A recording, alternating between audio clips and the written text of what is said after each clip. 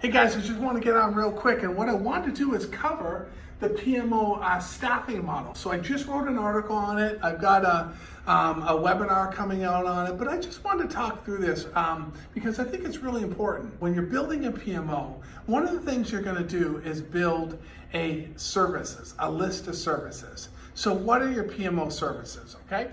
So let's talk about this. So what I've done is I've really taken a RACI, being a project manager, having a ton of project manager experience, I've taken a RACI and I've adjusted to become a service offering. And so what are the services and the roles that we're gonna offer? Provide executive support, provide leadership, portfolio management, program management, project management, reporting, right? Whatever the services are, you can determine the services. It really doesn't matter. It's going to be very specific to your PMO. Now, here's the catch to that. We also have a series of roles. So what roles do we need for the services? Okay, services here, roles here, and what you're going to see is a lack of names because you may need to hire. You actually say, hey, I'm going to do portfolio management. That's one of my services. Everyone agrees to these lists of services. Then if they agree to the services, they're also going to agree to hiring people to perform those services. So what have I given you here? I've given you a tool that you can use to justify the staffing for your organization. How do you stand in front of executives and say, executives, I need 10 staff here, I need 5 staff here, I need 5 staff there. You can't without justifying it. Base it off your service offerings. Understand what services you're going to offer.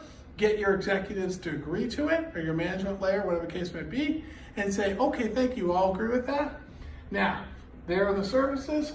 Here are the bodies I need to run those services, and you can have multiple. Oh, by the way, I need people to fill those.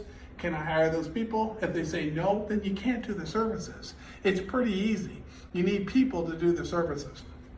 Once you get that, then you start defining your R's and your A's and your C's. So use the concept of a RACI. The RACI is absolutely awesome. Use the concept of the RACIs, but use this as a justification tool to really help you justify what staff you need for your PMO. But base it on services. So I got a new webinar, I got an article, I got all that stuff coming out on services, but I wanted to get real quick and just say, hey, guys, if you want to justify your staff, you're going to need a tool, and the tool I highly recommend is the PMO Roles and Responsibilities Staffing Model. Documented completely in my book, the PMO Lifecycle, Building, Running, Shutting Down. Check that out. Thank you all very much. Appreciate your help.